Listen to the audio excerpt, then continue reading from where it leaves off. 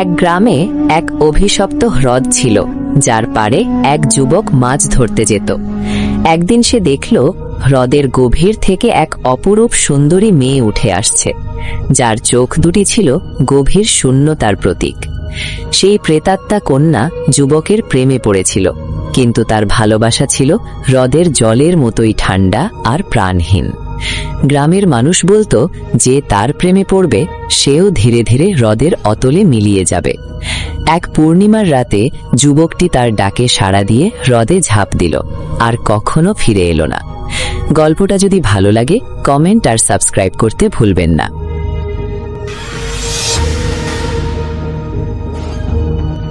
আমাদের পাশের এলাকায় এক ভয়ানক ঘটনা ঘটে গেছে। আমি আমাদের সব সময় এলাকার ভয়ানক ঘটনা সবার মাঝে তুলে ধরে থাকি।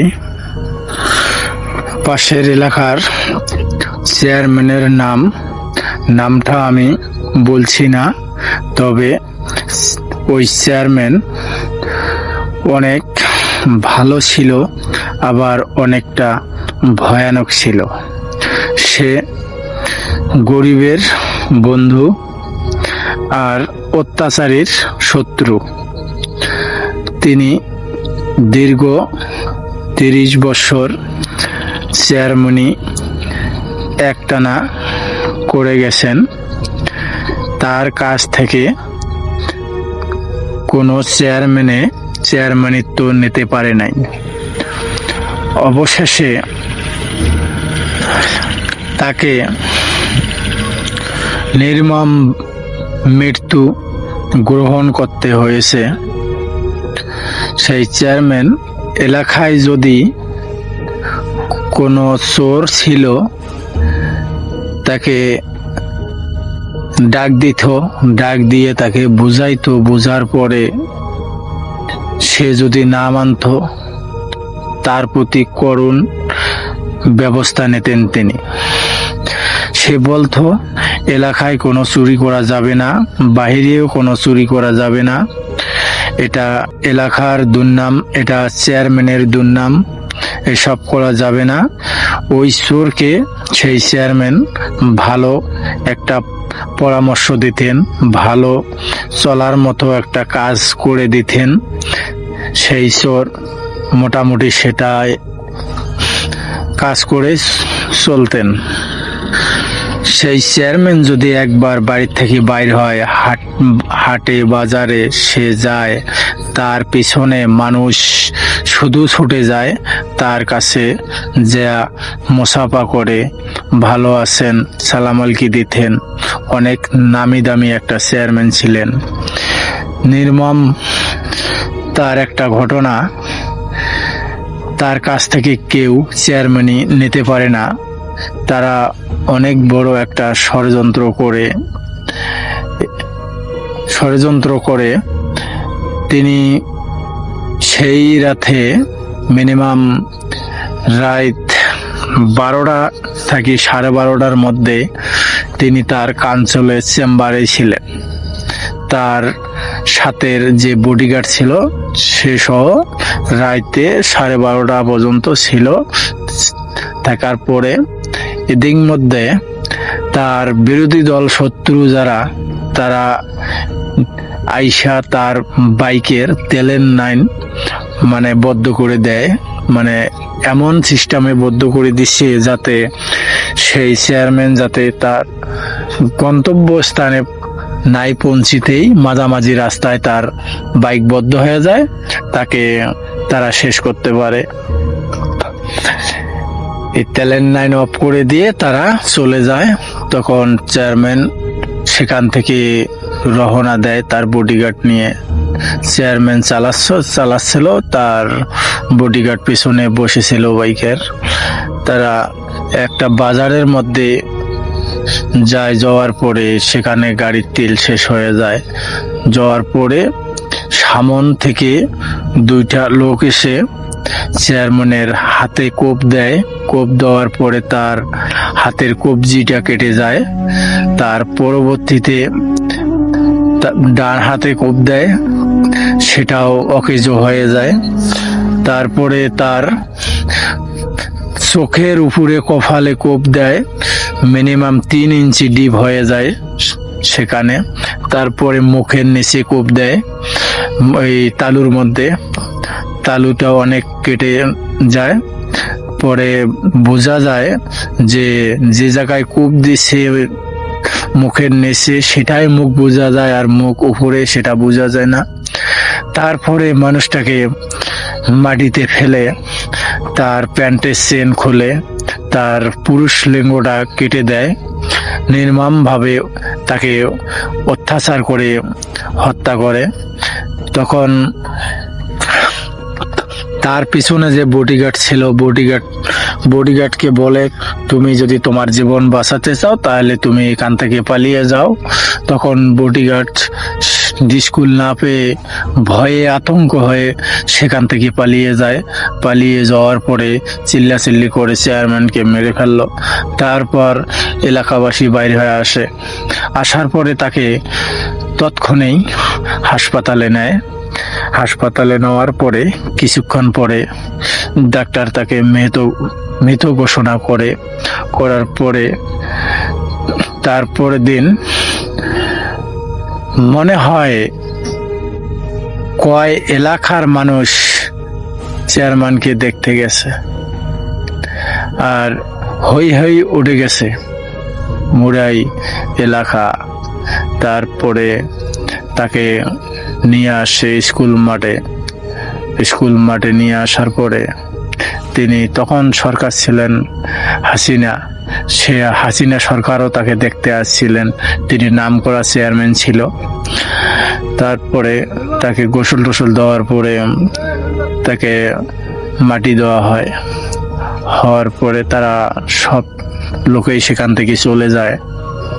তা আমার ঘটনাটা আমি এখানেই শেষ করলাম। ঘটনাটা এটা আসলেই বাস্তবেই আমাদের পাশের এলাকায় ঘটেছে। এটা কোনো বানোয়াট ঘটনা নয়, কোনো মিথ্যা ঘটনা নয়। আপনাদের যদি ভালো লাগে তাহলে চ্যানেলটি সাবস্ক্রাইব করে দিয়ে পাশে থাকবেন।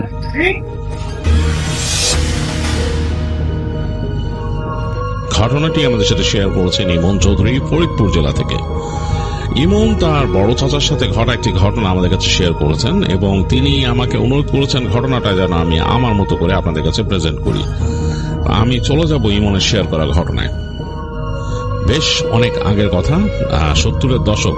ইমনের বড় চাচা মানে তার বাবার বড় ভাই, তিনি তখন বেশ ইয়াং, কেবল বিয়ে করেছেন, সদ্য বিয়ে করেছেন তিনি, এবং বেশ ভালোই সময় কাটাচ্ছিলেন। বিয়ের পর শ্বশুর বাড়ি বেড়াতে গিয়েছেন তার স্ত্রীকে নিয়ে, এবং তার শ্বশুর বাড়ি ছিল হচ্ছে বৃহত্তর ফরিদপুর জেলার কোন একটি অংশে, তিনি স্পেসিফিক লোকেশনটা শেয়ার করবেন না। তো ওই জায়গাটা মানে যেখানে তার চাচার শ্বশুর বাড়ি ছিল, সেই জায়গায় অনেক খাল বিল, মানে অসংখ্য খাল বিল দিয়ে ঘেরা, এবং সেখানে মানুষজন মেইনলি যাতায়াতই করে নৌকায় করে। ছোট নৌকা আছে, আবার বড় বড় নৌকা আছে, সেখানে পণ্য পরিবহন হতো। এখনকার মতো বাসে ট্রাকে এতটা হতো না, তখন নৌকায় অনেক পণ্য পরিবহন হতো। এবং অনেক বাদামের ক্ষেত ছিল, সেগুলি গেছে, ওখানে বাদামের ক্ষেত ছিল অনেক। তো যাই হোক, এরকম খালবিল ঘেরা একটা জায়গায় তার চাচার শ্বশুর বাড়ি। তো সেখানে তার কাকা গেলেন বেড়াতে এবং ভালোই সময় কাটালেন। নতুন শ্বশুর বাড়ি, সেখানে ঘোরাফেরা করে তাকে খুব আদর যত্ন করা হলো। এবং সেখানে তিনি 2-3 দিন বেড়ানোর পরে তার দাওয়াত পড়লো তার স্ত্রীর মামার বাড়িতে, এবং সেখানে যেতে হবে। যাওয়ার জন্য হচ্ছে নৌকায় তাদের ব্যবস্থা। তো তিনি ইমনের চাচা বাড়িটাতে খুব একটা অভ্যস্ত ছিলেন না নৌকায় যাতায়াত করে বেশ লম্বা সময়। তার কাছে এটা একটু অন্যরকম লাগছিল, অ্যাডভেঞ্চারাস। তো তারা বললো যে হ্যাঁ, তারা রওনা দেবে দুপুরের পরে, রওনা দেবে দুপুরে খাওয়া দাওয়ার পরে রওনা দিবে, এবং বেশিক্ষণ লাগবে না। বললো 2-3 ঘন্টার মধ্যে পৌঁছে যাবে তার মামা বাড়িতে, মানে স্ত্রীর মামা বাড়িতে। তো দুপুরে খাওয়া দাওয়ার পরে তারা উঠলেন নৌকায়। তো দেখলেন যে খুব সুন্দর একটা নৌকা রাখা হয়েছে, নৌকাটা সুন্দর, উপরে ছাউনি দেয়া, বসার ব্যবস্থা আছে ভেতরে, মানে খুব সুন্দর, বেশ বড় একটা নৌকা। তো নৌকাতে চড়ে তারা রওনা দিলেন। বেশ লাগছে, পেছনে 2 জন মানুষ দাঁড় বাইছেন। মেশিনের নৌকা না, তখন দাঁড় বাওয়া নৌকা ছিল এবং পাল ছিল, প্রয়োজনে পাল খাটাতে পারতেন তারা। তো যাই হোক, খালের মধ্যে তারা পাল খাটান না, যাই হোক দাঁড় বেয়ে চলছেন 2 জন। আর ইমনের বড় চাচা বসে আছেন, এনজয় করছেন, তার স্ত্রী ছইয়ের ভেতরে বসা। তার বেশ ভালো লাগছে এবং দেখছেন এখানকার গ্রামের প্রকৃতি, মানে তিনি যেখান থেকে আসছেন সেখানকার গ্রামগুলা আরেকটু অন্যরকম, আর এখানে এই খাল বিলের পাশে গড়ে ওঠা গ্রামগুলো আরেক রকম। এবং বিভিন্ন বড় বড় ফসলের মাঠের পাশ দিয়ে যাচ্ছেন এবং বিশাল ফসলের মাঠ, এবং অনেক জায়গায় যেটা বললো যে বাদামের চাষ হয়, সেখানে বাদামের চাষ হয়েছে, মানে বেশ অন্যরকম।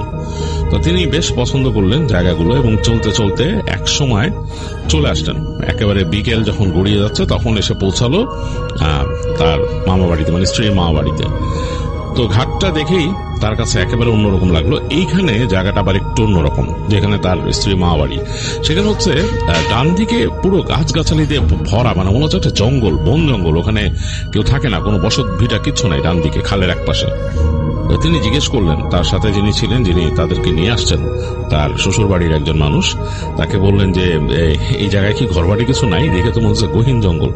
বলে হ্যাঁ, এই জায়গায় অনেক গাছগাছালি জঙ্গল, এই জায়গায় আসলে বাড়িঘর নাই। এই বাম পাশেই হচ্ছে তার মামা বাড়ি, এবং তাদের যত জমি জমা এইদিকে বিশাল, সেই আবাদি জমি বিশাল, এবং তারপরে তাদের লোকজন আছে যারা কাজ টাজ করে বাসায়, এবং তারা বেশ অবস্থা সম্পন্ন পরিবার, মানে তার স্ত্রীর মামা। যাই হোক, নৌকা ঘাটে ভিড়ল। তো তিনি দেখছেন বারবার ঘুরে ঘুরে মনে চাচা পেছনের ওই জঙ্গলটা দেখছেন। তার কাছে কেমন জানি একটা অন্যরকম ফিল হচ্ছে, মনে হচ্ছে একটা বনের মধ্যে তাকে নিয়ে আসা হয়েছে। এবং খালটা এই পাশে দিয়ে ঘেঁষে চলে গেছে, কিন্তু পরে এই জঙ্গলের ভেতর দিয়ে ওদিকে। তো যাই হোক, তিনি নামলেন, তখন বিকেল পড়ে গেছে এবং এই বিশাল গাছপালার জন্য এখানে আলো খানিকটা কমে গেছে। পাখির ডাক শুনছেন, অসংখ্য পাখি উঠছে, এবং তিনি দেখছেন নাম না জানা পাখিও আছে, মানে তিনি সেগুলো চেনেন না, এবং রং বেরঙের পাখি ডাকছে, এবং সেগুলো মনে হয় বাড়ি ফিরে যাবে এরকম একটা সময়। তো নামলেন নৌকা থেকে, নামার জন্য তাদের, মানে নৌকাটা বেশ বড়, নামার জন্য কাঠের দেওয়া, তক্তা দেওয়া, সেটা দিয়ে নামলেন তিনি। তার স্ত্রীকেও ধরে নামালেন এবং দেখলেন যে মানুষজন এসে পড়ছে, তার মামা বাড়ির মানুষজন এসে তাদেরকে রিসিভ করলো। ইমনের চাচা বেশ লজ্জা পাচ্ছেন, কারণ তিনি নতুন জামাই এখানে, ওই সব মানুষ তো তার পরিচিত না, অনেকে আসছেন, এবং দেখা যাচ্ছে যে মহিলারা অনেকে নিজেদের মধ্যে কথা বলছেন তাদের দিকে। তো তিনি নেমেছেন, নৌকা থেকে এসে দাঁড়াইছেন, এবং তার চোখ পড়লো হাতের ডান দিকে, ঠিক যেখানে তাদের ঘাটটা, তার ডান দিকেই সোজা চলে গেছে খালের কোল ঘেঁষে একটা জায়গা, এবং সোজা চলে গিয়ে ডান দিকে বিশাল একটা লম্বা ঘর।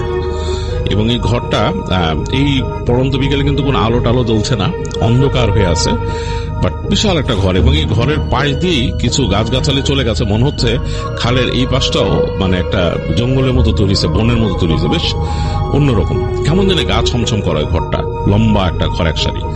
সেটা দেখলেন, তারপর তাকিয়ে দেখলেন সামনের দিকে অনেক ফাঁকা জায়গা এবং বিশাল উঠোন, এবং উঠোনের পরে দূরে দেখা যাচ্ছে, মানে বেশ খানিকটা এখান থেকে হেঁটে যেতে হবে, একটা দোতলা বাড়ি, বেশ বড় দোতলা বাড়ি, কাঠ দিয়ে বানানো, খুব সুন্দর। তো তিনি হেঁটে হেঁটে সামনে যাচ্ছেন এবং তাকাচ্ছেন এদিক ওদিক। বাঁদিকে তাকিয়ে দেখলেন যে এই খালের এই পাশ থেকে আরেকটা এরকম সরু রাস্তার মতো চলে গেছে, এবং এখান থেকে তিনি দেখতে পাচ্ছেন, তিনি ভালোই চিনতেন, বেল গাছ, অনেকগুলো বেল গাছ এখানে।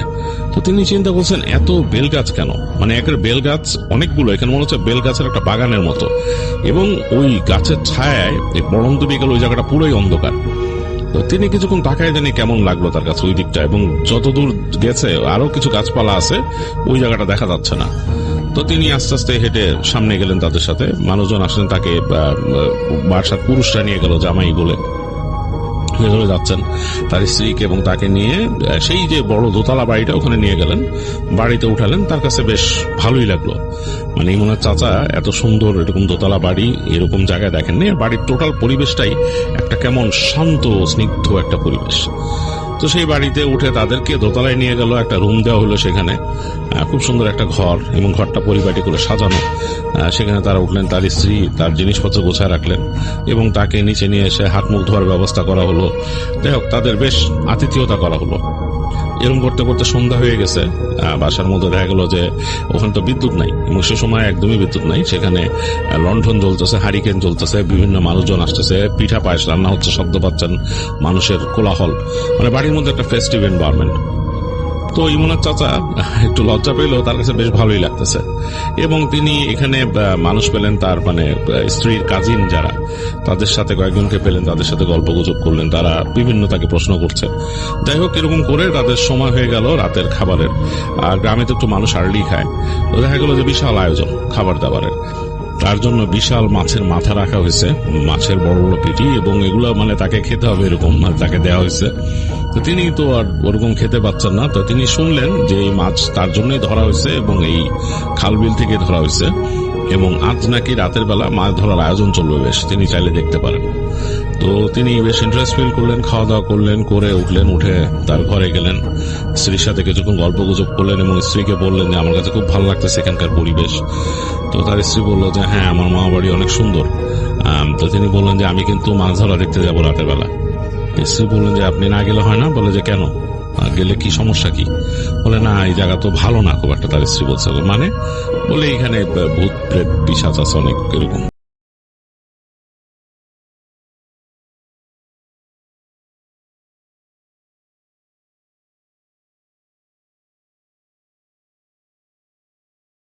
মানে খুব একটা গায়ে মারতেন না, খুব মানে তখনকার সময় খুব বুদ্ধিদীপ্ত মানুষ।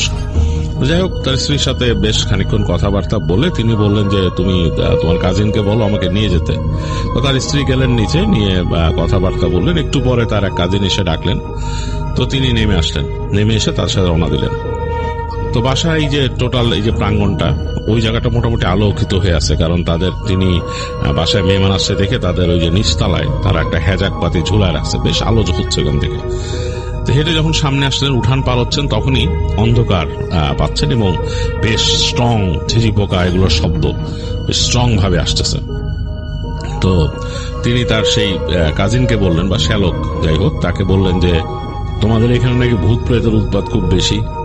তাই বলে তিনি একটু হাসি হাসি ভাবে বললেন কথাটা। তো তার শ্যালক দেখা গেল যে ব্যাপারটা হাসি মুখে নিলেন না, সে খুব গম্ভীর হয়ে গেলেন, বললেন যে আপনারা কি বলছে? তো তিনি বললেন যে আরে তোমার বউ বললো, আমার কাছ থেকে খুব হাস্যকর মনে হয়।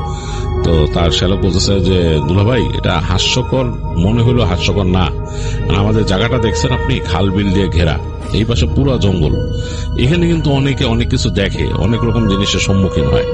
হ্যাঁ, এই যে দেখছেন আপনার এই যে ডান দিকে দেখেন, তো তিনি তাকাইলেন ডান দিকে, দেখলো যে ওই জায়গায় কয়েকটা ঘর আছে।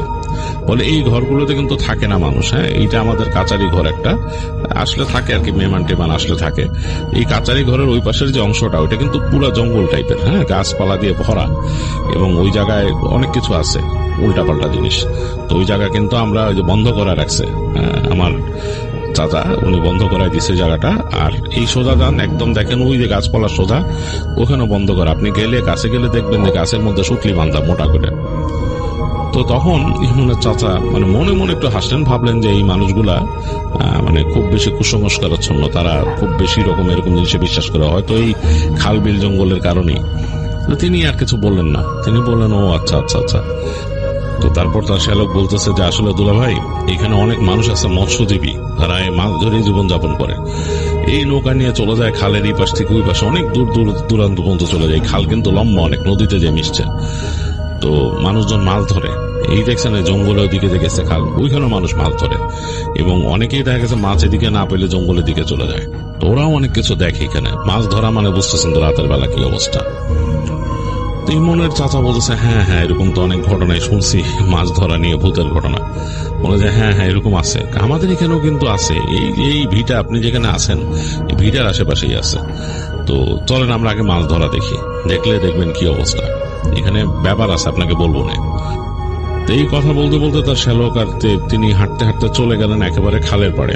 খালের পাড়ে যে দেখতেছেন যে হ্যাঁ, এখানে তো নাম ছিল আগে, নৌকা সিনকে তাদেরকে এখানে নামাই দিছিল। তো দাঁড়ায় দেখতেছেন যে ওইখানে তো এখন আর নৌকা নাই, তবে ওই সাইডে আরো দুইটা নৌকা বাঁধা, সেগুলো বেশ বড় না, ছোট নৌকা।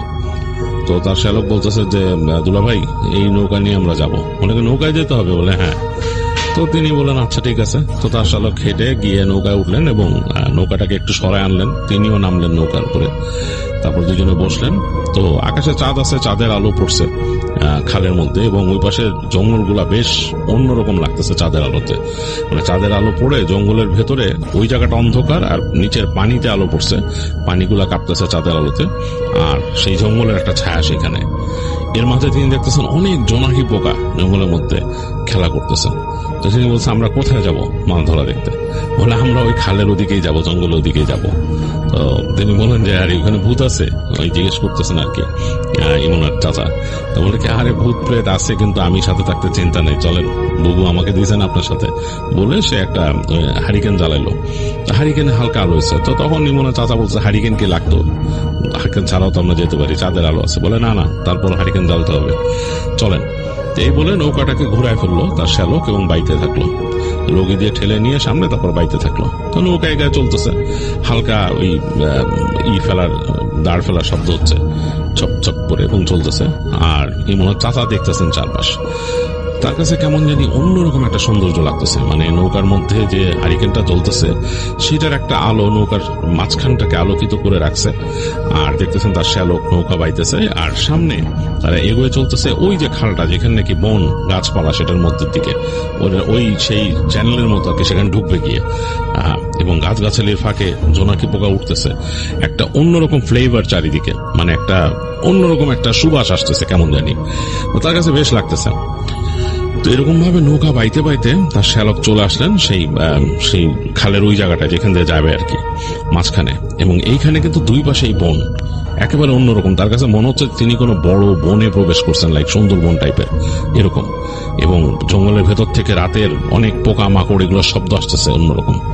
তো তিনি বলতেছেন যে কই মাছ ধরা মানুষজন কই, আরে সামনে চলেন, ওখানে বসছে ওরা নৌকা নিয়ে।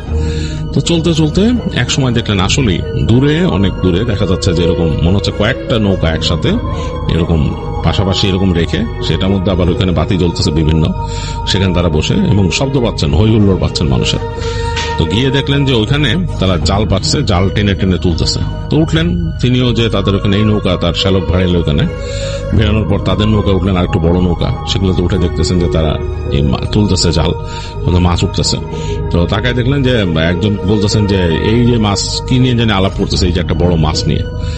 তো তিনি বললেন যে কি ব্যাপার, এখানে মাছ ধরছে? তার শ্যালককে বললেন বড় মাছ ধরছে নাকি? বলে যে হ্যাঁ। দেখি।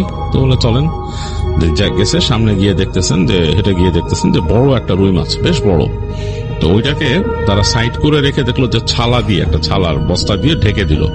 তো তিনি বলে এটা ছালা দিয়ে ঢেকে দিচ্ছেন, এটা কি ব্যাপার, এটা আলাদা করে রাখছে? বলে এটার কাহিনী আছে। তার শ্যালক বলে কাহিনী আছে, আপনার এখানে কথা বলার দরকার নেই, পরে বলবো না আপনারা। তিনি বলছেন কি কাহিনী? বলে আরে পরে বলবো, আরে আমরা দেখি আরো মাছ ধরা দেখি। তারপর দেখলো যে আরো অনেক তারা জাল টাল মারলো, তো টুকিটাকি মাছ টাছ উঠছে অনেক।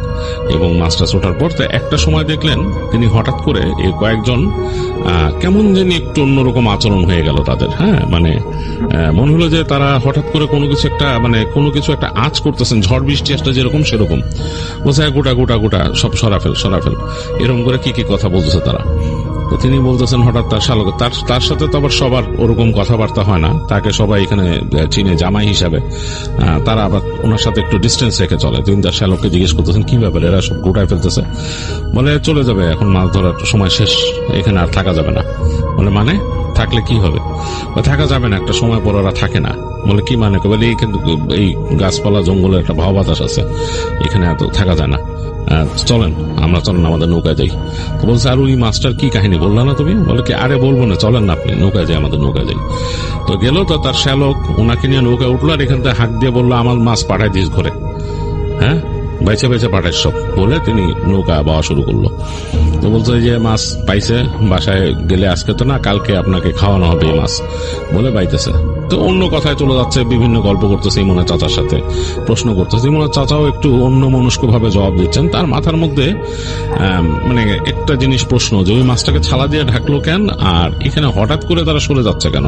এবং তিনি দেখলেন খুব শীঘ্রই, মানে খুব অল্প সময়, তারা নৌকা বেয়ে একটু সামনে আসার পরই এই যে তারা কয়েকটা নৌকা একসাথে করে যে একটা ইসের মতো বানাইছিল, হাবের মতো, সেগুলো সব মানে খুলে তারা চলে গেল। এক্সট্রা বাতি যেগুলো জ্বালাইছিল সেগুলো বন্ধ করে দিছে, এবং নৌকাগুলো আস্তে আস্তে করে সরে যাচ্ছে এদিক ওদিক, এবং সব এদিকেই যাচ্ছে।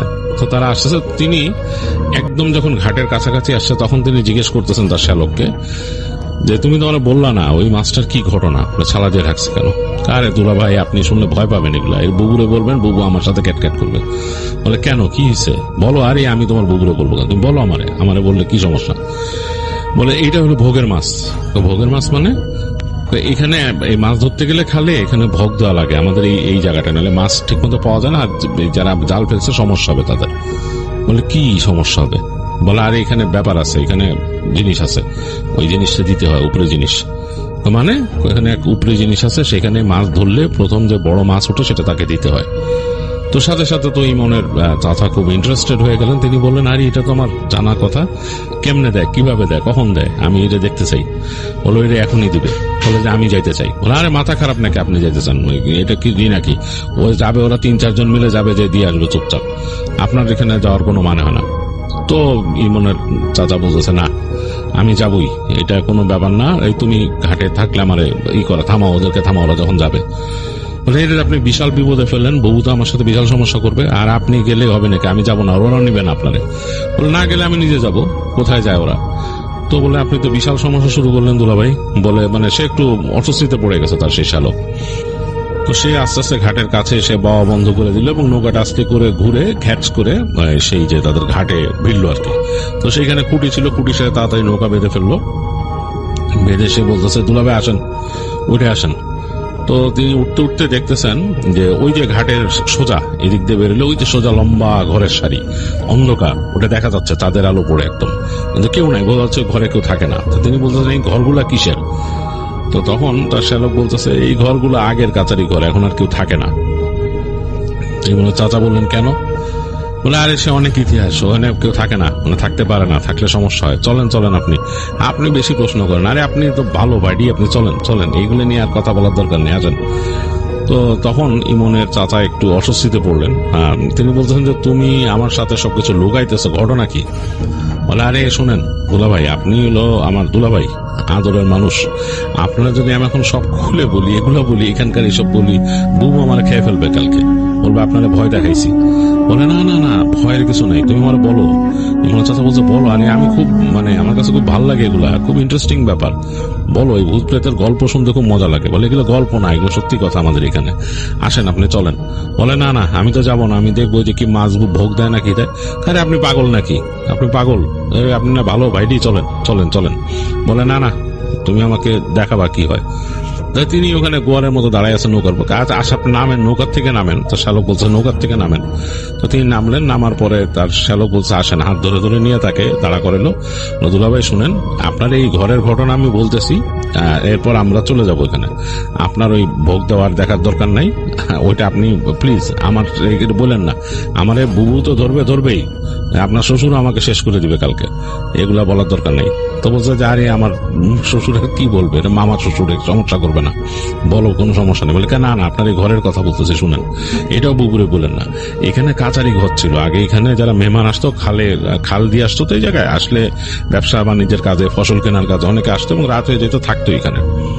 তো এই জায়গাতে এই উপদ্রব শুরু হয় আর কি, ওই যে বললাম না অপদেবতা, তার উপদ্রব শুরু হয় এবং অনেক রকম সমস্যা হইতো মানুষের এখানে ফেলেও দিছে, পানিতে কাদার মধ্যে গেড়ে ফেলছে, এরকম সমস্যা হইতো। এবং এইসব কারণে মানুষ আর ভয় ওখানে থাকতে চাইতো না, কারণ আসতো, ধরেন মানুষটা এক দল বেঁধে আসতো না, ধরেন একজন আসছে ব্যবসায়ী মানুষ, কথা তাকে থাকতে দিয়েছে, রুম ঘর বাড়ি সব গোছানো, ভিতরে ঘরটা সব সুন্দর করে গোছানো, কিন্তু এমন ভয় পাইছে বা তারা এমন কিছু করছে, এই মানে তখন আর ভয়ই করতো না। এখানে একজন ছিল, তারা এক থাবড় দিয়ে তার ঘাড় ভেঙে দিছিল এইখানে।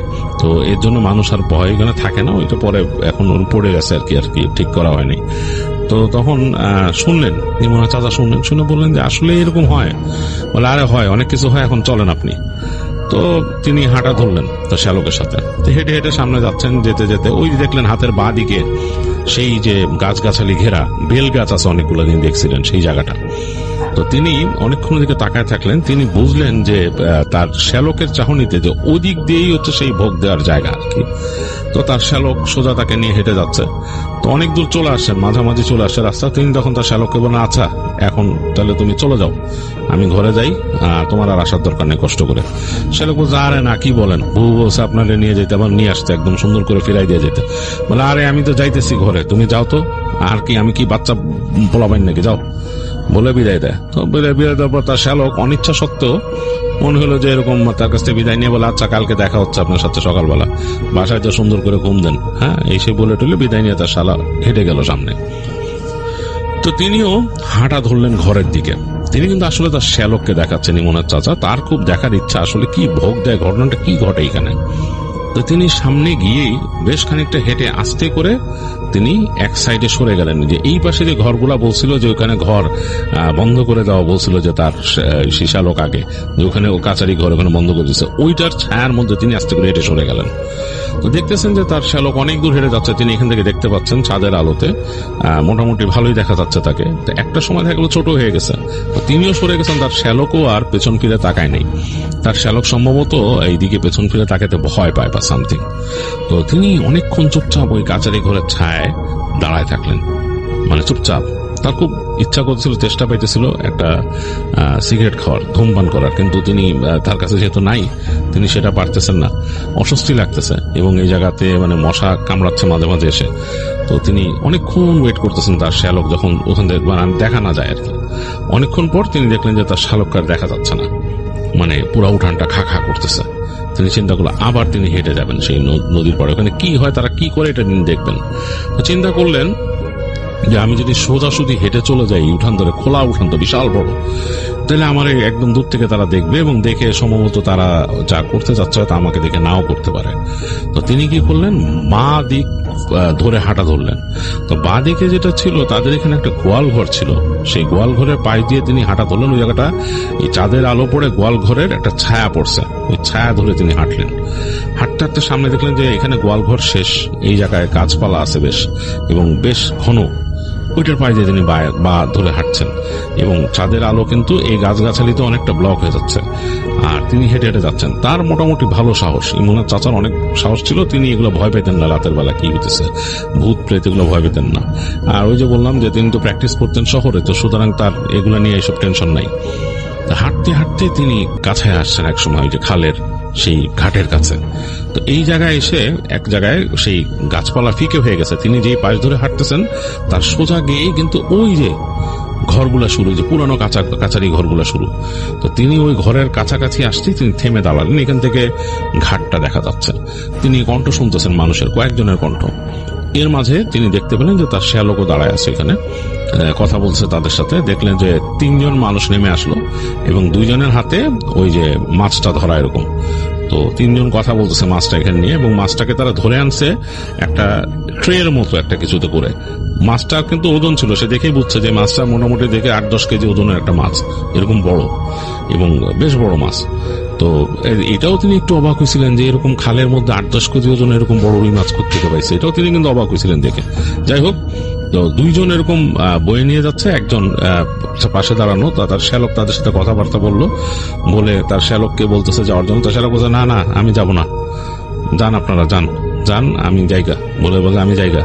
তো তারা বলতেছে থাকতে, তিনি তার শ্যালক বলছে না আমি থাকবো না বলে। তার শ্যালক বললো যে এই যে এইখানে রেখে গেলাম, এই হারিকেনটা রেখে গেলাম এই জায়গায়, আপনারা আইসা আবার নিয়ে যান বলে একটা হারিকেন সে ওই পাশে মাটিতে রেখে দেখলো তার শ্যালক হাঁটা দিছে ওদিকে। তো হেঁটে হেঁটে চলে যাচ্ছে, সে দেখতেছে তার শ্যালক, তাদের ঘর মনে সোজা গিয়ে ওই যে নতুন কাচারি ঘরের সাইড দিয়ে যেতে হয় কোথাও, ওদিকে হেঁটে চলে যাচ্ছে। আবার একটু শীষও দিল তার শ্যালক, শীষ দিতে যাচ্ছে। তিনি কিন্তু চুপচাপ ছায়ার মধ্যে দাঁড়ায় দেখতেছেন যে শ্যালক চলে যাওয়া, কারণ শ্যালক দেখে ফেললে তো সমস্যা থাকে। যখন শ্যালক চলে গেল, তিনি আস্তে করে হেঁটে চলে গেলেন সেই হ্যারিকেনটার কাছে। হ্যারিকেনটা নিলেন, কারণ অন্ধকারে এই সামনে যে বেলের গাছপালা সেখানে কিন্তু মানে অন্ধকার, বেশ অন্ধকার, কারণ চাঁদের আলো পড়ে ওইখানে আলো আধারি সৃষ্টি হয়েছে। আর এরা 2 জন যে মাছ নিয়ে হেঁটে গেছে তাদের কাছে কিন্তু আরেকটা হ্যারিকেন আছে তিনি দেখছেন। তো সুতরাং তিনি বুঝতে পারছেন এখানে হ্যারিকেন ছাড়া হাঁটতে পারবেন না। তো উনি যে শ্যালক যে হ্যারিকেনটা রেখে গেছে ওইটাকে তিনি তুলে নিলেন, সেটা মোটামুটি ডিম করা ছিল। ওই অবস্থায় তিনি নিয়ে ওদের পিছে পিছে হাঁটা ধরলেন। তো হেঁটে হেঁটে যাচ্ছেন, ওরা কিন্তু ততক্ষণ অনেক দূরে এগিয়ে গেছে। তিনি কিন্তু তাদের চলাফেরার শব্দ আর নিজেদের মধ্যে একটু কথাবার্তা শব্দ পাচ্ছেন, কিন্তু তিনি তাদের দেখতেছেন না। তো তিনি চিন্তা করলেন আবার তাকে হ্যারিকেন নিয়ে আসতে দেখলে কিছু বলে কিনা, যদি দেখে ফেলে। তো তিনি চিন্তা করলেন যে তাকে দেখে যদি প্রশ্নই করে তিনি বলবেন যে আমি বাড়ির জামাই দেখতে আসছি, এটা বলে দিবেন আর কি। এরকম চিন্তা করে তিনি তারপরও চেষ্টা করলেন যে আমি একটু লুকাই থাকি। হ্যারিকেনটা তিনি কমায় দিয়ে হেঁটে হেঁটে যাচ্ছেন। হাঁটে হেঁটে যাচ্ছেন, অনেকক্ষণ পর তিনি পেছনের মানুষটাকে দেখতে পাইছেন। যেহেতু তারা 3 জন, সামনে একজন হ্যারিকেন নিয়ে আসে আর পেছনে 2 জন ওই মাছটাকে বয়ে নিয়ে আসতেছে। তো তিনি পেছনের জনকে দেখতে পাইছেন। দেখতে পাওয়ার পর তিনি দেখলেন যে সামনের আলো হালকা ভাবে পড়ছে তাদের পর্যন্ত। তো তিনি সাথে সাথে তার হ্যারিকেনটা আস্তে করে বন্ধ করে দিলেন, কারণ চিন্তা করলেন যে তাকে আলো সহ দেখলে সমস্যা। দরকার নেই দেখার। তো তিনি তার হ্যারিকেনটা বন্ধ করে দিয়ে তিনি হেঁটে হেঁটে যাচ্ছেন। তো হাঁটতে হাঁটতে তাদের পেছনে, তাদের আলোতেই, মানে তারা যেই পথ দিয়ে গেছে সেই পথ ধরে তিনি হাঁটতেছেন। পিছনের লোকটাকে তিনি দেখতে পাচ্ছেন হ্যারিকেনের আলোয়, তাদের হ্যারিকেনের আলোয়। তো হাঁটতে হাঁটতে একদম চলে আসছেন একটা জায়গায়। তিনি দেখতেছেন যে চারিপাশে বেল গাছ, শুধু অনেক বেল গাছ। তিনি বুঝলেন এত বেল গাছ কারা লাগাইছে এখানে, মানে অবশ্যই এখানে হয়তো প্ল্যান ওয়েতেই এখানে গাছ লাগানো হয়েছে, অনেক বেল গাছ। এগুলোর মধ্যে কেমন যেন একটু কিম্ভূত কিমগাল লাগে বেল গাছগুলোরে। এবং চাঁদের আলো উপরে যে পড়ছে সেখান থেকে মানে অনেকগুলোতে বেল ধরে আছে, কেমন যেন লাগতেছে, মানে ভয় ভয় লাগতেছে আর কি, মানে গা শিরশির করা একটা অনুভূতি। যদিও তিনি ওই যে বললাম যে খুব একটা এইসব জিনিসে মানে দেন না, অ্যাটেনশন দেন না, বাট তার কাছেও ভয় ভয় লাগতেছে। আর এই রাতের বেলা পরিবেশটা অন্যরকম হয়ে গেছে, রাতের এই গাছগাছালির মধ্যে দিয়ে শব্দ। হাঁটতে হাঁটতে দেখলো যে তারা সামনে গিয়ে একটা বেশ অন্ধকার ঝাঁকড়া জায়গাটা তিনি দেখতেছেন। তো এখান থেকে বুঝলেন যে বড় কোনো গাছ, এবং এই গাছের পাতা এমন ভাবে ছেয়ে গেছে যে মানে আকাশ পর্যন্ত দেখা যাচ্ছে না, এখানে অন্ধকার হয়ে আছে, মনে হচ্ছে একটা গাছের পাতা দিয়ে ছাদ তৈরি হয়েছে, এবং এর ফাঁক ফোকর গুলো হালকা চাঁদের আলো নিচে পড়তেছে, অন্যরকম একটা পরিবেশ। সামনে যে লোকটা হ্যারিকেন নিয়ে গেছে তার আলোতেও জায়গাটা কেমন ভৌতিক মনে হইতেছে। তো দেখলো যে ওই লোকটা হেঁটে চলে গেল গাছের কাছে, সামনে যে একদম, আর পিছনের দুইজন খুব আস্তে আস্তে হেঁটে হেঁটে যাচ্ছে। তো তিনি এখান থেকেই তাদের মুভমেন্ট দেখে বুঝতে পারতেছেন যে তারা তিনজনই বেশ ভয়ে আছে, তিনি বুঝতে পারছেন। তো তিনি আস্তে করে একটা সাইড হয়ে গেলেন, একটা বেল গাছের আড়ালে দাঁড়ায় পড়লেন অন্ধকারের মধ্যে, এবং দেখতেছেন যে তারা কি করে। দেখলেন যে হেঁটে হেঁটে তারা একদম সোজা চলে গেলেন। তো সামনের জন দাঁড়ায় নিজেদের সাথে কি কথা বলে, দুইজন এগোয় গেলেন যাদের হাতে মাছটা, ওইখানে রেখে তিনজনে দ্রুত মানে একদম ব্যাক করে, মনে হলো যে একজনের পর একজন পড়ি করে ফেরত যাচ্ছে, খুব দ্রুত হেঁটে ওখান থেকে চলে যাচ্ছে, এবং ওনার পাশ দিয়ে পাস করে গেছে তিনজনই। তিনি বুঝলেন চলে গেল। তো তখন ইমনের চাচা মনে করলেন যে আমিও চলে যাই, মানে আর কি দেখার আছে এখানে, এখন তো অন্ধকার, তারা চলে গেছে, মানে আলো নাই, তার হ্যারিকেন কিন্তু নিবানো। যদিও তার কাছে একটা ম্যাচেস আছে, সিগারেট না থাকলেও, যেহেতু তিনি ধূমপায়ী। তো তিনি চিন্তা করলেন যে সমস্যায় পড়লে এটা জ্বালানো যাবে, কিন্তু আমি এখানে দাঁড়ায় থেকে কি করব। পরবর্তীতে চিন্তা করলেন তিনি যে আমি তাহলে এখানে আসলাম কেন, কি দেখতে আসলাম, মানে তারা যেহেতু ভোগ দিতে আসছে, বাকি জিনিসটা আমার দেখা দরকার, আসলে ঘটে কি এখানে। এই চিন্তা করে তার মাথার মধ্যে কিউরিয়াসিটি বেশ ভালোভাবে পেয়ে বসলো তাকে। তিনি আস্তে আস্তে হেঁটে আরো সামনে যাওয়া শুরু করলেন। এই বেলগাছের পাশ থেকে বেরোয় অন্ধকার, কিন্তু তখন কিন্তু হ্যারিকেন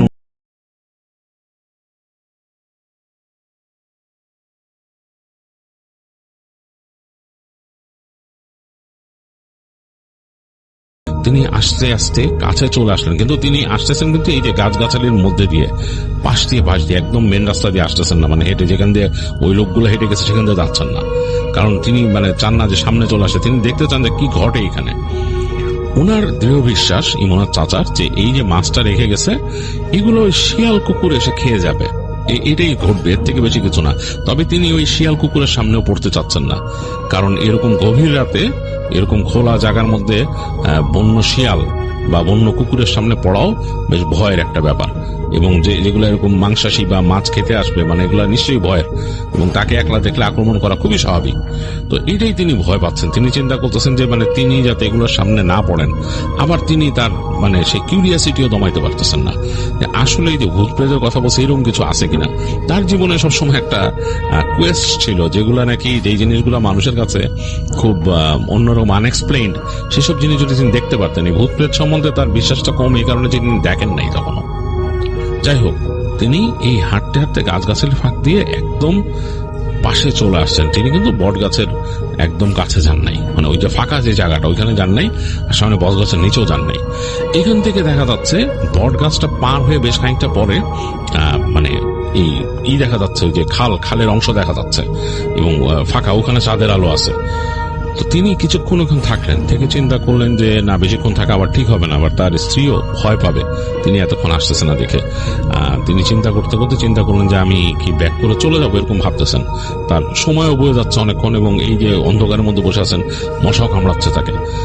অনেকক্ষণ পর তিনি শব্দ পেলেন পানির মধ্যে, মানে বেশ আলোড়ন একটা, ওই পাশে মানে বট গাছের ওই পাশে পানিতে একটা আলোড়ন, বুঝতে পারলেন যে পানির মধ্যে আলোড়ন হচ্ছে। এবং তিনি এখান থেকে দেখতে পাচ্ছেন, যেহেতু ওই জায়গায় আলো আছে, পানির উপরে চাঁদের আলো, দেখতে পাচ্ছেন যে পানি বেশ বড় বড় রিপল উঠতেছে, ঢেউ এরকম এরকম যাচ্ছে, এবং ফস ফস ফস, মানে কোনো মানুষ যদি এরকম মানে সাঁতরায় আসে যেরকম শব্দ, সেরকম একটা শব্দ হচ্ছে। তো তিনি ভাবতেছেন পানি দিয়ে সাঁতরায় কেউ আসতেছে, কে আসতেছে। খুব আগ্রহ নিয়ে তিনি আসেন গাছের ফাঁকে, গাছের ফাঁকের মধ্যে চুপচাপ বসে দেখতেছেন, মানে একটা গাছের এরকম ঝাঁকড়া গাছ ছিল, ওটার পাশে বসে দেখতেছেন আস্তে আস্তে উকি দিয়ে।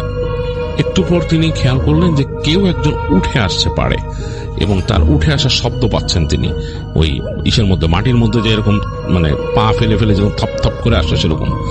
তো তিনি খুব আগ্রহ নিয়ে তাকায় আছেন এদিকে। হঠাৎ তিনি দেখলেন একটা অবয়ব। অবয়বটা কেমন, একটা মানুষের মতো অবয়ব। মানুষ যদি হামাগুড়ি দিয়ে আসে যেরকম হবে সেরকম, কিন্তু মানুষ বেশ বড় মানুষ, মানে বেশ বড় শরীরের মানুষ। এই মানুষটা কত ফিট লম্বা হবে তিনি জানেন না, বাট হামাগুড়ি দিয়ে যদি আসে সেরকম হাতগুলো লম্বা লম্বা একটা অবয়ব। তো যখন নাকি এই বট গাছের পাতার ছায় ঢুকে যাচ্ছে, এই ফাঁকে তিনি আলোতে এক নজর দেখলেন, মনে হলো টাক মাথা মানুষ, মাথায় চুল নাই, বাকি চুলগুলো সাদা হবে, একদম গ্রে কালারের, মাঝখানটা একদম ফাঁকা, এবং চুল যেগুলো আছে সেগুলো মনে হচ্ছে ফিনফিনা, মানে খুব একটা না, মানে মানে পড়ে যাওয়ার মতো এরকম অবস্থা। বেশ বৃদ্ধ মানুষ যদি হয় সেরকম ফিনফিনা, এরকম মানে বাতাস লাগলে উঠতেছে এরকম আর কি, হালকা বাতাসে উঠতেছে এরকম আর কি, ফিনফিনা। এবং যেই অংশে চুল নাই ওই জায়গাটা চকচক করতেছে চাঁদের আলো পড়ে। এটা কয়েক সেকেন্ডের জন্য তিনি দেখলেন, এবং তারপর দেখলেন মনে হলো খুব জোরে হামাগুড়ি দিল ওইটা। হঠাৎ করে এসে তিনি একদম বুঝলেন যে ওই জায়গায় মাছ রাখা আছে, তিনি বুঝছেন যে ওই জায়গায় মাছটা রাখছে।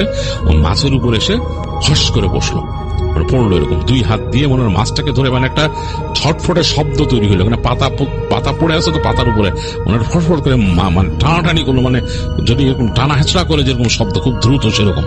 তারপর তিনি এখান থেকে শব্দ পাচ্ছেন, কড়াস কস কড়াস এরকম একটা শব্দ পাচ্ছেন, মানে তিনি বুঝতে পারতেছেন না কি ঘটতেছে, বাট তার ধারণা হইলো যে কিছু একটা। তারপর তিনি বুঝলেন যে মাছটাকে টেনে সরায় নিছে ওই জিনিসটা। একটু পরে দেখলেন মাছটাকে টেনে ওই যে বট গাছের ওইদিকে ফাঁকা জায়গাটায় নিয়ে আসছে, যেখানে হালকা চাঁদের আলো আছে। তো এই হালকা আলোতে তিনি দেখতেছেন ওই জিনিসটা মাছটাকে, এরকম 8-10 কেজি উঁচা বড় মাছটাকে টেনে তুলে কামড়ায় ছিঁড়ে নিতেছে একদম, এবং তার মুখের এই পাশে ওই পাশে কষাবে এই রক্ত নেমে যাচ্ছে এরকম অবস্থা, এবং চাঁদের আলো পড়ছে। বিভৎস একটা দৃশ্য। ওইটা এরকম কয়েকবার ছিঁড়ে মনে ওটা মনে প্রচন্ড ক্ষুধার্ত সেই জিনিসটা, এরকম কয়েকবার করার পর হঠাৎ করে তার চোখ পড়লো মনে হলো এই ঝোপের দিকে যেখানে তিনি আছেন, মানে গাছটার ফাঁকে। মনে হলো ওইখান থেকে পুরো দেখে ফেলতেছে, এবং তিনি পুরা বুঝলেন একটা রাতের সাপত তাকাইলে যেরকম চোখ লাল হয়, গভীর রাতে এরকম, মানে যেরকম বিড়ালের চোখ বা এগুলো চলে সেরকম চোখটা জ্বলতেছে। এবং একটা ভয়ঙ্কর শব্দ করলো ওইখান থেকে, মানে তিনি যে আছেন এখানে বুঝে ফেলছে। এরকম শব্দ করে সেটা ওখান থেকে ঠিক ওইভাবে হামাগুড়ি দিয়ে খুব ফাস্ট আসা শুরু করলো, যেমন কোন কুমির বা কিছু যেভাবে দৌড় দিয়ে আসে সেইভাবে। 1 সেকেন্ডের মধ্যে এই মনের চাচা আসলে আর তিনি চিন্তাই করতে পারলেন না কিছু, তিনি ঘুরে ওখান থেকে দৌড় লাগালেন যে রাস্তায় আসছেন, অন্ধকার, এবং তিনি শব্দ পাচ্ছেন তার পিছনে দৌড়ে আসছে সেরকম কিছু একটা। তিনি এক পর্যায়ে প্রচন্ড জোরে হারিকেনটাকে মাটিতে মারলেন তার পেছনে ঘুরায়, ফট করে ঘুরে যে হারিকেনটাকে পিছনে দাম করে মারলেন তিনি মাটির মধ্যে।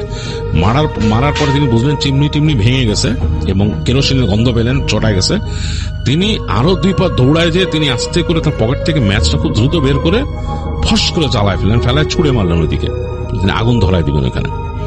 এবং ঘটলো তাই, তার ম্যাচটা পড়ার সাথে সাথে ওখানে কেরোসিন পড়েছিল, দাউ দাউ করে শুকনা পাতা টাতা পড়েছিল, ওগুলোর মধ্যে দাউ দাউ করে আগুন লেগে গেল, আগুনের একটা রেখা ছুটে গেল সামনে এই বন্ধ।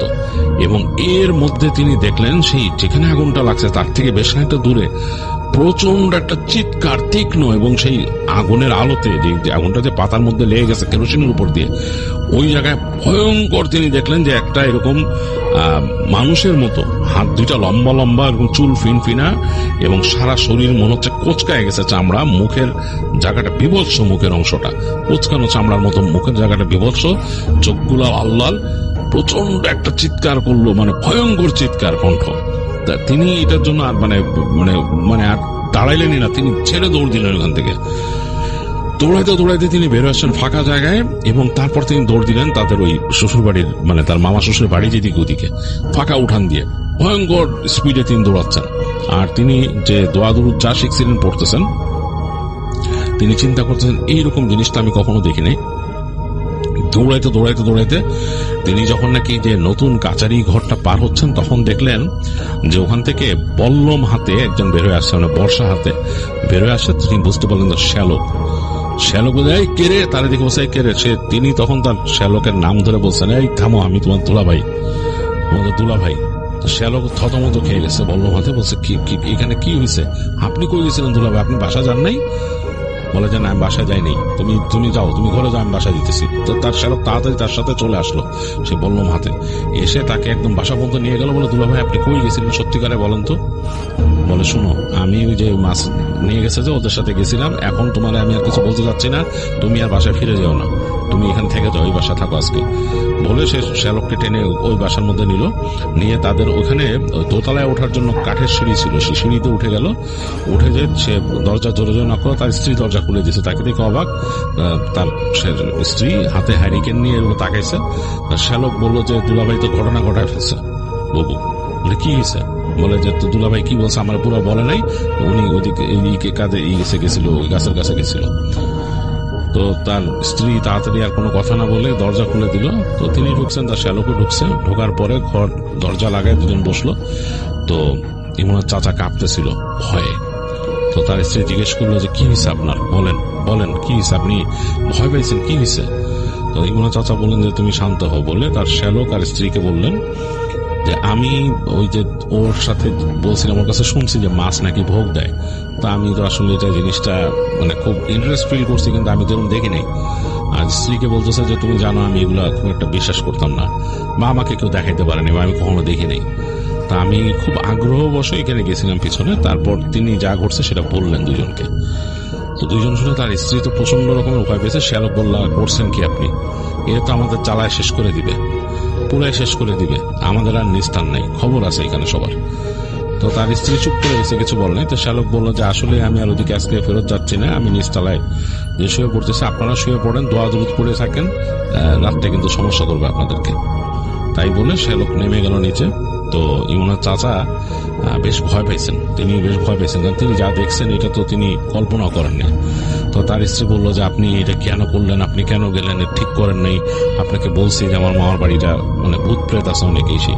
যাই হোক, দরজা বন্ধ করে দিল তারা। তারপরে তার স্ত্রী দোয়া দরুদ পড়া শুরু করলো, এবং তিনিও মোটামুটি চেষ্টা করলেন নিজের কাপড় চোপড় ছেড়ে একটু ফ্রেশ হইতে আর কি, নিজের মতো।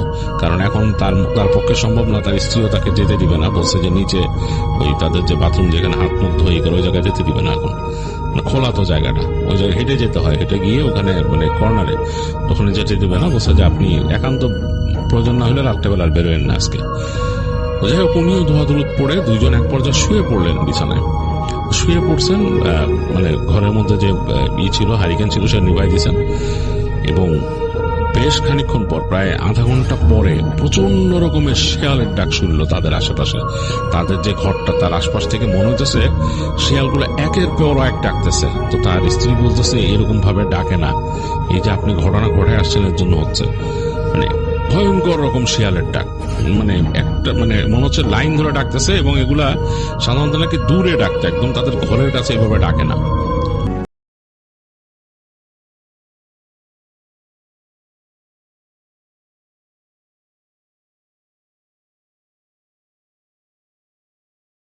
শুনতেছে ভারী কণ্ঠে বলতেছে, শিউলি দরজা খোল।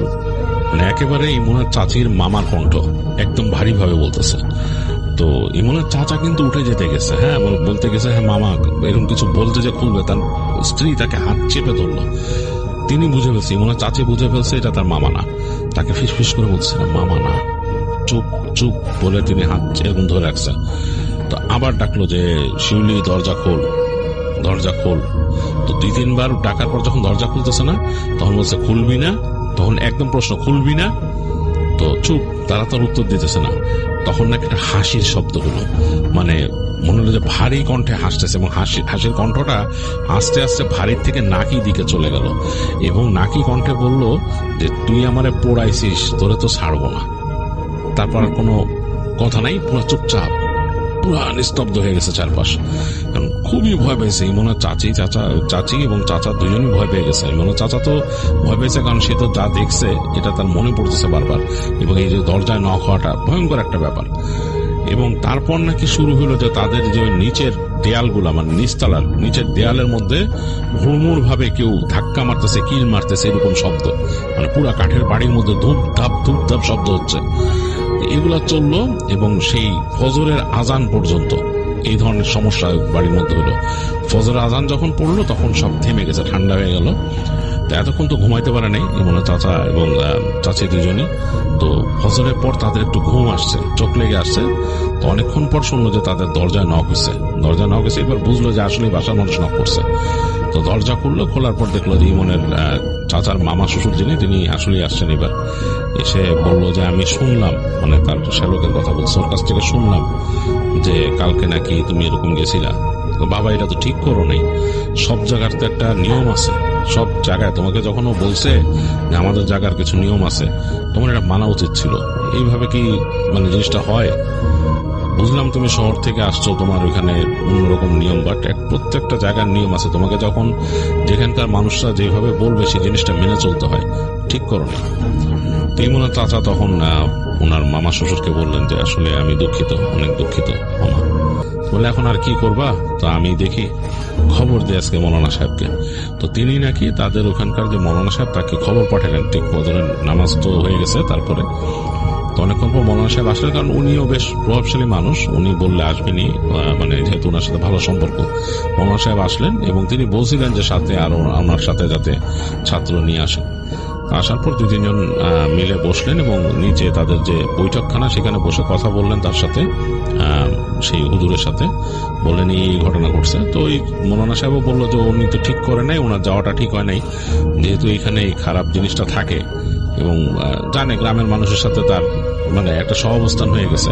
এখন উনি আবার ওই যে আগুন দিয়ে আরো খারাপ করে ফেলছে জিনিসটা। যাই হোক, ওনারও শত্রুতা হয়েছে এবং ওনাকে তো এখান থেকে যেতে হবে, এই খাল দিয়ে যেতে হবে। যাই হোক, ওনাকে আমি ঝাড়ফুঁক করি, দেখি ওনার উপর কোনো আসর হয়েছে নাকি। তো ইমনের চাচাকে এনে উনি ঝাড়ফুঁক করেন, ঝাড়ফুঁক করে বলেন যে না, ওনার উপর আসর হয় নাই, ওই দিক দিয়ে উনি বেঁচে গেছেন।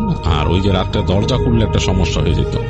তো তারপর নাকি মৌলানা সাহেব ওনার ছাত্রদের নিয়ে ওই জায়গায় গেছিলেন, ওই যেখানে ইয়েছে ওখানে দিয়ে নাকি উনি নিজের মতো অনেকক্ষণ বসে ওনার যে মোরাকাবা করা বা যা করা করে নাকি উনি ওখানে একটা কমিউনিকেট করতে পারছিলেন এবং তাকে মানে বোঝানো হয়েছে কোনোভাবে তিনি আরো কিছু দিবেন ওইখানে, তাদের ওখান থেকে তাকে মাছ টাছ কিছু দেওয়া হবে, এরকম কিছু ব্যাপার স্যাপার ছিল।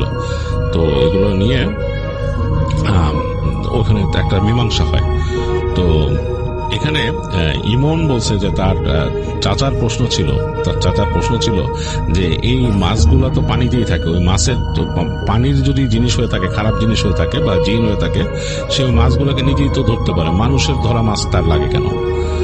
তখন নাকি ওখানকার মানুষজন তাকে বলছিল যে ওদের একটা লিমিটেশনস আছে, ওরা এরকম ফ্রি ঘোরাফেরা মাছকে ধরতে পারে না, মানুষ যখন এটাকে ধরে উঠায় তখন নাকি এইটার প্রতি তাদের মানে আকর্ষণটা হয় এবং তাদের একটা দাবি মানুষের উপর তারা করে নিয়ে যাওয়ার জন্য।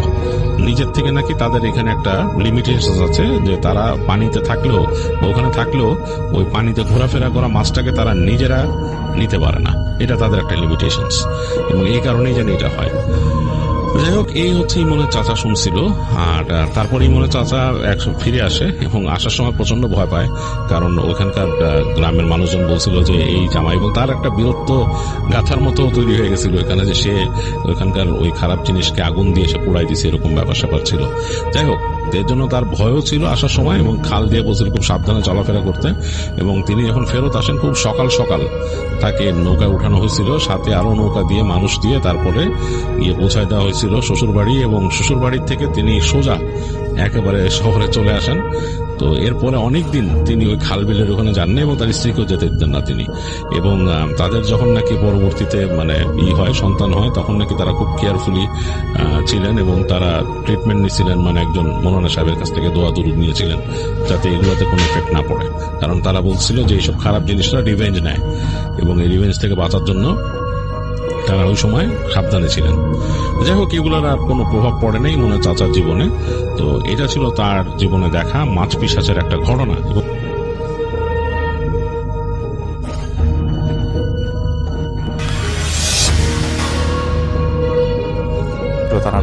তারা গাড়ি থেকে নেমে গেছে এবং লাশ নিয়ে লোকজনের ভিড়ে মনে ছিল তার গাড়িটাকে দুমড়ে মুচড়ে ফেলবে, কিন্তু ওই মুহূর্তে অবয়ব ছাড়া তিনি আর কিছুই দেখতে পাচ্ছিলেন না। আর ওই মুহূর্তে ফজরের আজান হচ্ছে, তার চোখের সামনে থেকে আস্তে আস্তে সব কেমন খা খা করে খালি হয়ে গেল। আর এই আজানটা ডিফারেন্ট আজান, এই আজানটা কেমন আলাদা আজান, আলাদা কথা। আজানের আসল কথা শুনে বোঝা যাচ্ছে না, বোঝা যাচ্ছে যে এটা একটা আজান, কিন্তু ওই আজানের কথা এটা না। কিন্তু দৌড়ে গাড়িতে উঠেন, গাড়িতে স্টার্ট দিয়ে ব্যাক করে যাচ্ছে, ব্যাকে দিয়েই যাচ্ছে। একটা সময় কোনো শেষ পাচ্ছে না, যখন গাড়িটা ফ্রন্ট গিয়ারে দিয়ে আগানো শুরু করলো, তখন ঘুরে ফিরে সেখানেই বারবার চলে আসছে। সকালও হচ্ছে না, একটু মানে সকালের দিকে একটু আভা থাকার কথা, কিন্তু কিসের কি কোনো আভা নাই। এটা কোন এলাকা, কোনো মানুষ নাই, গ্রামের মানুষ এতক্ষণে তো বের হয়ে যাওয়ার কথা। তিনি দেখলেন যেখান থেকে শুরু করেছেন সেখানে তিনি আবার ফেরত এসেছেন। সেই দোকানদার আসলো, বলল, তুই জানালাটা না পড়ে গেলে ছুটতে পারবি না, জানালাটা পড়ে যা। তিনি গাড়ি থামিয়ে নামতে একটা কর্নার থেকে বেশ আলো পাচ্ছিলেন, অনেক অনেক আলো, ডিফারেন্ট কিসিমের আলো, না কুপি না হেজাক, সাদা ধবধবা আলো। সেখানে কাতারে কাতারে মানুষ দাঁড়ানো, এত মানুষ থেকে হাজারে হাজারে মানুষের মতো অবয়ব। তিনি জানাজা পড়লেন, বুঝা গেল এটা জানাজা হচ্ছে। জানাজাতে আল্লাহু আকবার এত মধুর সুরে ডাকা, তিনি পরেই মানে মানে মানে ভুলে যাচ্ছেন যেখানে থেকে যাবো কিনা। একটু পরে যখন তার হুশ আসে, জানাজা শেষ, তিনি দৌড়ে গাড়ি স্টার্ট দেন এবং সেখান থেকে বের হয়ে মেইন রোডের দিকে চলে আসেন। গাড়ি চালাতে পারছিলেন না কিছুতেই। পরে কখন তিনি ঘুমিয়ে যান তিনি নিজেও জানে না। ঘুম থেকে উঠে দেখেন তিনি সত্যি সত্যি সিরাজগঞ্জের কোনো একটা জায়গায় চলে আসছেন, এবং তিনি বলতেও পারেন না।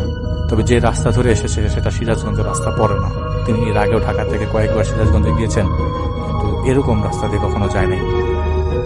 তো যেহেতু সাতক্ষীরা থেকে সিরাজগঞ্জের রাস্তা ছিল, কিন্তু এরকম রাস্তা তিনি আগে কখনো মুভ করে নাই আর কি। পরে তিনি ঢাকাতে আসেন এবং বেশ কিছুদিন তার কাশি এবং জ্বর ছিল, যেটা প্রায় 1 মাস তাকে ভোগায়। তবে তার গ্রামের বাড়ি ফেনীতে, সেখানে তার বউ বাচ্চাকে নিয়ে তিনি না জানিয়ে তিনি এক মৌলবীর সাথে দেখা করেন। তিনি বলেন যে কোনো জিন হয়তো মারা গেছিল, তাদেরকে কোনো এক জায়গায় নামিয়ে যাওয়ার জন্যই তাকে নেওয়া। সব জিন এক জায়গা থেকে আরেক জায়গায় তরির মতো যেতে পারে না, জিনদের অনেকগুলো পার্ট আছে মধ্যে। তাকে যে জিনরা ধরেছিল, সেখানে ইফরিত জিন ছিল, কয়েকজন ভালো ইফরিত জিন ছিল যারা তাকে ধরেছিল এবং এরকম তার সাথে কনভারসেশনে গিয়েছিল। তো অনেকদিন গাড়ি তিনি ভাড়ায় চালিয়েছিল এর ঘটনার পরে 1992 সাল থেকে তিনি আবার গাড়ি চালানো শুরু করেন। তো এর পরে 2000 সালের পর তিনি আর গাড়িটা চালান না। তো এই গাড়িটা পুরান হয়ে যাবে, বিক্রি করে দেওয়া হয়। তো ঘটনার মাঝখানে যে ঘটনাটা আমরা শেয়ার করছিলাম, যে একটা খামের কথা, সেই খামের ছবি তিনি আমাদের দেবেন, উনি আমাদেরকে আশ্বাস দিয়েছেন। এবং সেই খামের মধ্যে তখনকার সময়ে 11,000 টাকা ছিল। টাকাটা তো দেখাতে পারবো না, কিন্তু খামটা আমি দেখাতে পারবো। 1985 সালের 11,000 টাকার সময় 1 লাখ টাকা, এখনকার সময় 1 লাখ টাকার থেকেও বেশি। তো তার বয়স এখন 71। তিনি নিজে ঘটনাটা শেয়ার করেছেন এবং যাকে শেয়ার করেছেন তিনি আমার পেশেন্ট, এবং আমি তাকে অনেক ধন্যবাদ জানাই। তিনি আমাদের প্রোগ্রামটি শোনেন এবং আমাদের পেশেন্ট সেক্টর থেকে আমাদের প্রোগ্রামটি শুনে, এটা আমাদের জন্য অনেক বড় পাওয়া। এবং সেই সুবাদে আমি ঘটনাটি পেয়েছি। আপনাদের সবাইকে অনেক ধন্যবাদ যারা ধৈর্য সহকারে আমার ঘটনাটি শুনেছেন। আমি আজকে আমার সাথে ঘটে যাওয়া একটা সত্য ঘটনা বলবো আপনাদেরকে। আমাদের গ্রাম লক্ষ্মীপুর, রামগঞ্জ, নোয়াগাঁও। আমি মাদ্রাসায় পড়া একজন ছাত্র। তো প্রায় মৃত মানুষ ধোয়ানো বা গোসল করানো, কবরের পাশে 4 দিন ধরে কোরআন খতম করা প্রতিদিনের কাজ হয়ে পড়েছে। প্রথমে মৃত মানুষ গোসল করাতে আমি একটু ভয় পেতাম, এখন আর কোনো ভয় পাই না। যাই হোক, এখন মূল ঘটনায় চলে আসি। দিনটি ছিল শুক্রবার। তখন আমি আমার নানাদের বাড়িতে ছিলাম। রাত যখন 11টা, তখন আমরা হঠাৎ করে চারিদিকে একটা কান্নার আওয়াজ শুনতে পারলাম। আমার নানার ছোট ভাই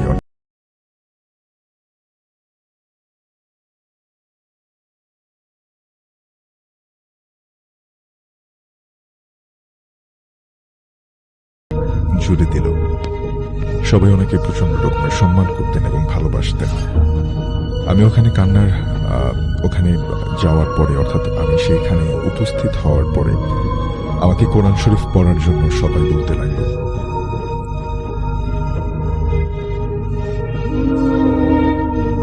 মৃত লাশের পাশে আমি ও আমার 3 জন বন্ধু, 3 জন হুজুর মিলে আমরা মোট 4 জন সারা রাত কোরআন শরীফ পড়লাম। পরের দিন ওনাকে দাফন দেওয়া হলো, আর আমাদেরকে বলা হলো আজ রাত থেকে কোরআন শরীফ 4 দিন পর্যন্ত পড়ার জন্য। কবরের পাশে আমার নানাদের বিল্ডিং, আমরা ওই বিল্ডিং ঠিক করি কোরআন শরীফ পড়ার জন্য। আমাদের পড়ার নিয়ম ছিল একজন ঘুমাবে আর একজন পড়বে, 2 ঘন্টা করে পড়া। রাত 10টা থেকে কোরআন পড়া হতো। আমার ভাগ্যে রাত 1টা থেকে 2টা, এই 2 ঘন্টা সময় পড়ে। আমার পড়া শেষ হলে আমি ইমনকে জাগিয়ে দেব, তো আমি সুন্দরভাবে কোরআন শরীফ পড়ছি। হঠাৎ মনে হলো যে ঘরের পরিবেশটা খুব বেশি শীতল হয়ে গেল। একটা ঠান্ডা বাতাস আমার গায়ে লাগতে লাগলো, আর এর সাথে একটা সুন্দর ঘ্রাণ আমার নাকে লাগলো। ঘ্রাণটা এতই আনকমন যে বাজারে যদি বিক্রি হতো সবাই এই পারফিউমটা কিনতো। তখনও কিন্তু আমার কোরআন শরীফ আমি পড়ছি। এখন আমার মনের ভেতরে একটা ভয় কাজ করছিল। আমি কোরআন শরীফটা বন্ধ করে জানালার পাশে উকি মেরে দেখি সাদা কাপড় পরা একজন লোক 8 থেকে 9 ফুট লম্বা কবরের পাশে দাঁড়িয়ে আছে। ভয়ে আমার হাত পা কাঁপা শুরু করলো। আমি আবার ওই রুম থেকে দৌড়ে পাশের রুমে চলে গেলাম। ওখানে গিয়ে দেখলাম ইমন বিছানায় নেই। দেখলাম পেছনের সাইডের দরজাটা খোলা। আমি ভাবলাম হয়তো টয়লেটে গেছে। কিছুক্ষণ পরে ইমন ধরফর করে দৌড়ে এসে আমাকে জড়িয়ে ধরল। আমি বললাম কি হয়েছে? ও বলল আমি আজ মরার পথ থেকে ফিরে আসলাম। ও এমন জোরে জোরে নিঃশ্বাস ফেলছে। আমি বললাম যে কি হয়েছে আমাকে বল। ও বলল আমি মোবাইলে কথা বলতে বলতে ওই দিকটাতে চলে গিয়েছিলাম। অর্থাৎ আমি মোবাইলে কথা বলতে বলতে বারান্দার দিকটাতে চলে যাই। হঠাৎ দেখতে পেলাম আগুনের গোলার মতো একটা আলো আমার চোখের সামনে দিয়ে চলে গেল। আমি চোখের পলক ফেলতে না ফেলতেই আমি দেখলাম আমি অন্য অচিন একটা জায়গায় চলে আসছি। আমার শরীর অনেক ওজন হয়ে গেছে। আমি হাফেজ মানুষ, কোরআনের বিভিন্ন আয়াত পড়ে আমি ফু দিতে লাগলাম। আশেপাশের কোনো কিছুই আমার পৃথিবীর মতো মনে হচ্ছিল না। আস্তে আস্তে দোয়া পড়ে ফু দিতে থাকলাম। আমার শরীরটা হালকা হতে লাগলো। আবার চোখের পলক দিতে না দিতেই আমি আগের জায়গায় বারান্দায় চলে আসি। এরপর আমি ওকে সান্ত্বনা দিতে লাগলাম। আমার সাথে ঘটা ঘটনাটা আমি আর ওকে বলিনি, তাহলে ও আর পড়তে চাইবেন। অর্থাৎ আমার পরেই ওর কোরআন পড়ার কথা রয়েছিল, সেটা ও পড়তো না সেই ভয়টা পেলে। পরদিন সকালে আমার সাথে ঘটা ঘটনা আমি সবাইকে বলি। তখন ইমনের সাথে ঘটা ঘটনাটাও বলে। পরে আমরা কবর জিয়ারত করি। হঠাৎ রাতের ওই সুঘ্রাণ আমার নাকে লাগলো। অর্থাৎ কবর জিয়ারত করার সময় রাতের সেই সুঘ্রাণ আমার নাকে লাগলো। আমি সবাইকে বললাম আমাদের কাছে সুঘ্রাণ লাগতেছে, আপনাদের কাছে কি লাগছে? সবাই বলল হ্যাঁ। তখন মসজিদের হুজুরকে ফোন দিয়ে আনা হলো। মসজিদের মহসিন হুজুর এসে কবরের চারদিকে পর্যবেক্ষণ করলেন। পরে বললেন রাতে কোনো জিন এখানে কবর জিয়ারত করে গেছে, যার কারণে সুঘ্রাণ এখনো লাগছে। হুজুরের কথার সাথে রাতের ঘটনার আমি প্রচন্ড পরিমাণ মিল পেলাম। মহসিন হুজুর তার ছেলেদেরকে অর্থাৎ আমার মামাদের সাথে কথা বললে তারা বলে যে তাদের ঘরের মধ্যে কাল রাতে বড় একটা প্রজাপতি আসে। এই প্রজাপতিটা স্বাভাবিক আকৃতির চেয়ে অনেকটাই বড় ছিল। ওই প্রজাপতিটা নাকি পানি পান করে, এরপর তাদের ঘর ছেড়ে চলে যায়। তাদের কথা শুনে এরপর বুঝতে পারলাম ওই রাতে সবার সাথেই কিছু না কিছু ঘটেছে। এরপর থেকে আর অস্বাভাবিক কিছু ঘটে নাই। তবে নানার মৃত্যুর আগে তিনি বারবার স্বপ্ন দেখতেন একজন সাদা কাপড় পরিহিত লোক একটা চিঠি হাতে নিয়ে তার কাছে আসছে। তো শাফিন ভাই, এই ছিল ছোট নানার মৃত্যুর দিন রাতে অস্বাভাবিক কিছু সত্য ঘটনা।